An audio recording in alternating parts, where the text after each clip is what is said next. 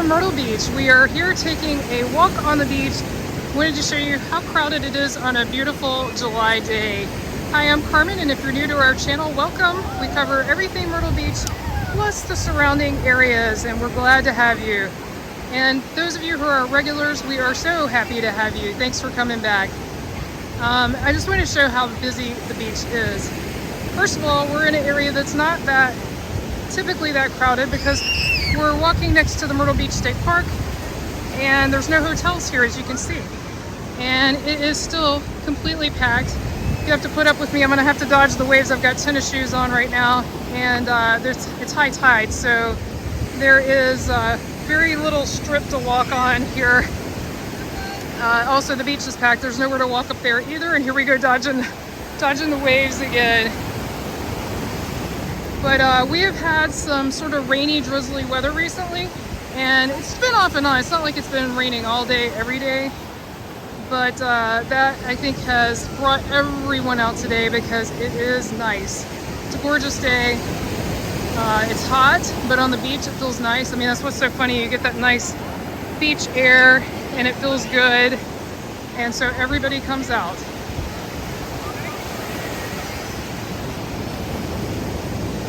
So pretty, and it smells so good. I wish you had smell-o-vision for the ocean.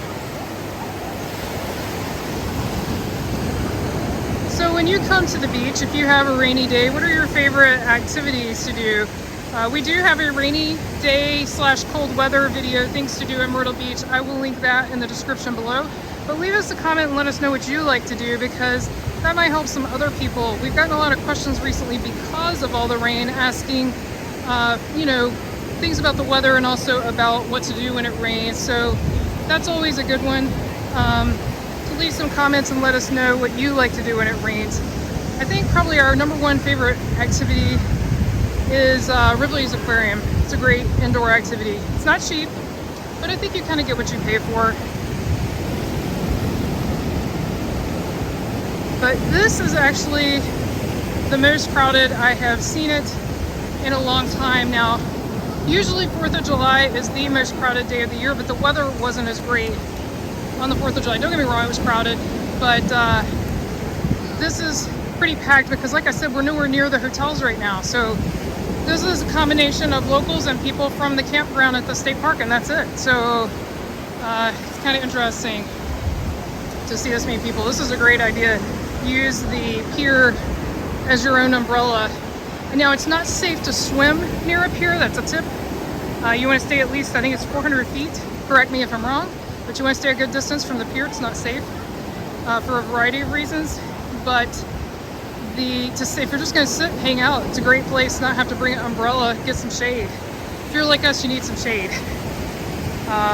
We both have wide brim hats on right now and sunscreen because we are pale. Another tip coming up here, you see this ravine in front of me, small ravine. Stay away from these, especially if they're flowing water, because these are filled with bacteria. They are runoff. This one would probably be one of the cleaner ones because it's from the state park, but typically they come off the city streets. And so you want to avoid these. Please don't let your children play in them. I've seen people do that because they're shallow. Sorry, I had to jump there. And so I've seen people let their kids play in them, and don't do that. They're not safe either. Usually there's a sign posted around them. I think this one doesn't have a sign since we're in the state park, but in the city of Myrtle Beach, I've seen the signs posted that tell you not to do that. So nice, so nice. So yeah, now it's kind of interesting. There's a bigger beach here. We got more space to walk now that we crossed over there. And that was the Myrtle Beach State Park pier that we just walked under. Oh, that ocean spray smells so, so good. It's like that fresh, salty air. Good waves today if you like bodyboarding or something like that. It's like the nice rolling waves, but not too choppy. And there's virtually no wind today. It's not windy at all.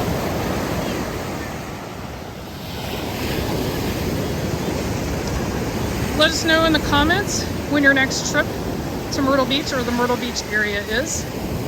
Also, let us know where you like to stay. I always ask that because it helps other people. A lot of people struggle finding somewhere to stay. I know prices have gone through the roof. They've always been high, but they're really bad now.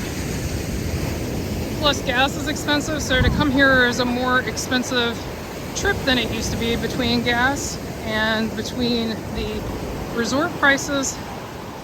So yeah, leave a comment if you've got a great place that you love, that you stay with at a regular basis.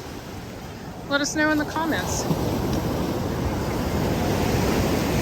I will throw out a couple that we like. During our transition to living here permanently, even though we did have a second home, we had to time selling that a little before we had our permanent home. And so we did not have a home for a period here at Myrtle Beach. And so we did have to stay in hotels a few times. You may have noticed that with our videos. Probably wondering why we're staying in a hotel, that's why. So we recommend the Hampton Inn at Broadway at the beach. There's a Fairfield Inn across the street from Broadway at the beach that is a little less expensive. And all you have to do is cross one road that has a crosswalk to get to Broadway, so that's another option. If you get away from oceanfront, it's going to be less expensive. And Broadway at the beach is only about a mile from the beach, maybe a little more, but not much. I wouldn't walk it necessarily, especially if you got all your beach stuff, but it's a short drive. Whoop, the wave's trying to get me. And then there's also a Hampton Inn at Murrells Inlet. And it's nowhere near the beach, but if you're looking for a less expensive place to stay, it is, and it was clean. And then if you're really wanting to blow the budget, we recommend the Marriott Residence Inn Oceanfront in Myrtle Beach. It is a beautiful resort. It is expensive though, I'm not gonna lie. It's a treat to stay there. It's not something that we would do on a regular basis. Now a little bonus, we're gonna walk out on the State Park Pier and take another look at the crowds, get a bird's eye view of the crowds, and also get towards the end of the pier. Take a look around. So first let's stop, take a look. So this is the part I was talking about that has less people. And then over here where the full campground is, wow, it's just a sea of umbrellas. So you can see where the south end, that's where Ocean Boulevard starts right there. That's the southmost end of Ocean Boulevard. And here we are at the end of the pier. A lot of people fishing. Got this nice shaded area here at the end of the pier. And let's take a look back one last time at the crowds. Got helicopter tours going. Got some people parasailing. And then all those people. If you've enjoyed this video, be sure to click on the video on your screen right now and click subscribe so you won't miss anything new. Thanks so much for watching. Until our next adventure.